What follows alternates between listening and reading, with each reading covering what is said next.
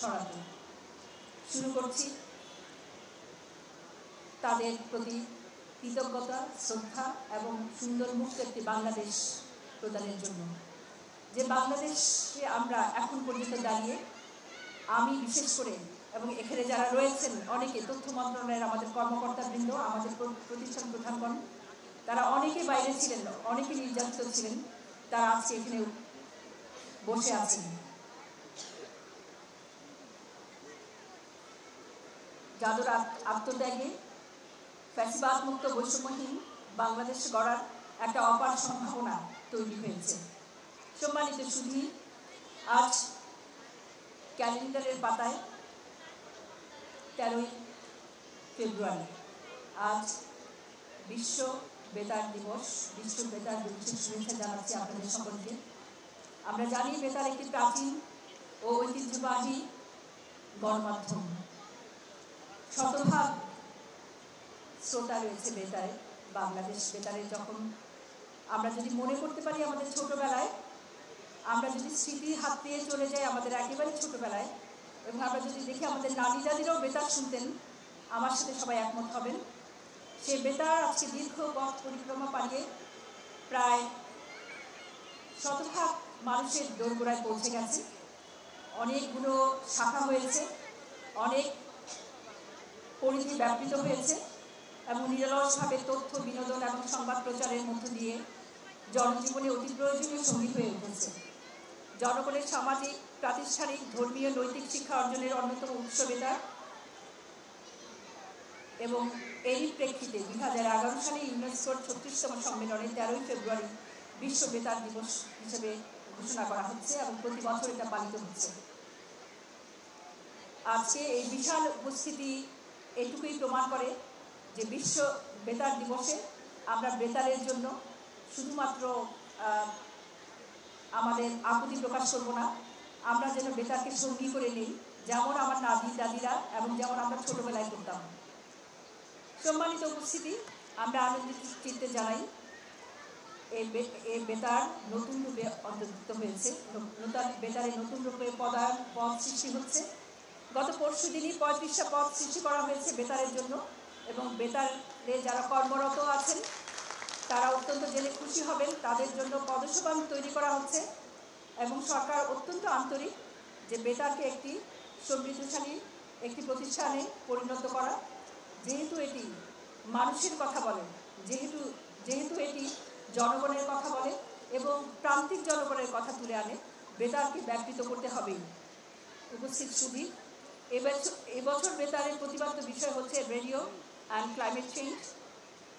বেতার জলবায়ু পরিবর্তন, জলবায়ু ঝুঁকিপূর্ণ দেশসমূহের মধ্যে বেতার অন্যতম, এবং ঘূর্ণিঝড়, বন্যা, খরা আমাদের নিত্যসঙ্গী।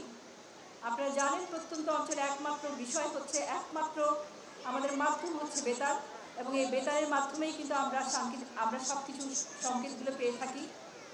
আপনারা জানেন সাম্প্রতিক একটি ভয়াবহ বন্যা হয়ে গেছে, এবং এই বন্যায় সমস্ত কানেকশন যখন নাই, তখন বেতারের মাধ্যমে আমাদের প্রত্যন্ত অঞ্চলের জনগণ বিভিন্ন বিষয় জানতে পেরেছেন।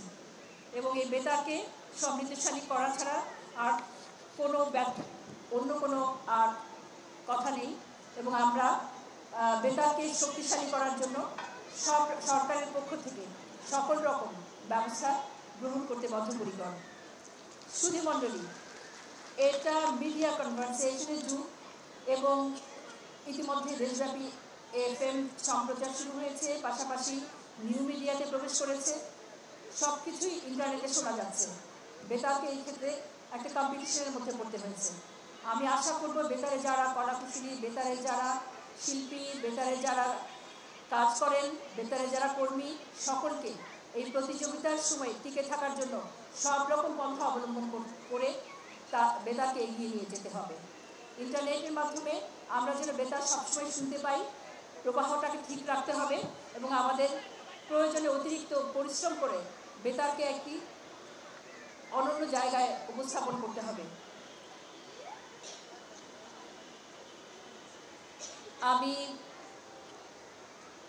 May I draw your kind attention, Mrs.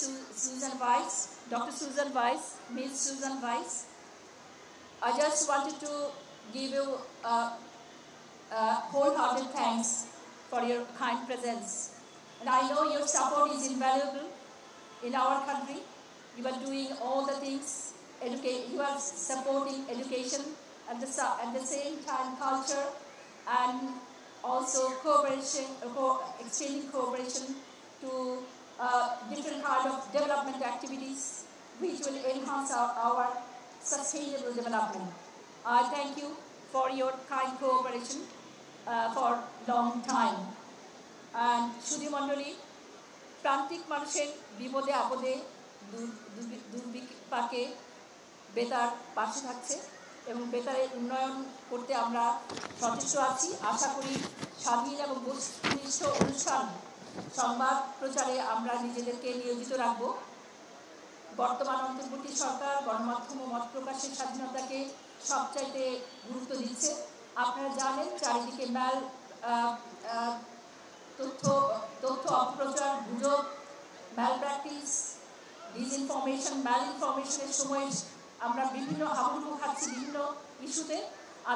আমি বেতারকে অনুরোধ করব, কর্মকর্তাদের অনুরোধ করব, তারা যেন এই বিষয়টি খুব গুরুত্বের সাথে দেখেন এবং প্রত্যেকটা গুজব রোধে যেন সক্রিয় ভূমিকা পালন করে। আমি বেতারকে বলবো তাদের প্রত্যেকটা কর্মকর্তা প্রশিক্ষণ যেন সঠিকভাবে হয় সেদিকে যেন খেয়াল রাখে।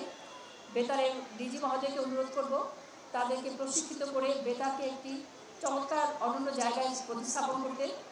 একই সাথে জুলাই অভ্যুত্থানে ছাত্র জনতা যে বুকের তাজা রক্ত দিয়ে আমাদেরকে এই সুন্দর একটি দেশ দিয়ে গেছে, সেই দেশকে যেন আমরা সকলে মিলে আমার তথ্য মন্ত্রণালয়, বেতার সহ সমস্ত অর্গানাইজেশনের সহযোগিতায় আমরা যেন দেশটাকে একটি সুন্দর, পরিশীলিত এবং বসবাসযোগ্য একটি দেশ তৈরি করতে পারি। সকলের সহযোগিতা কামনা করে আজকে আমি আমার বক্তব্য শেষ করছি। ধন্যবাদ।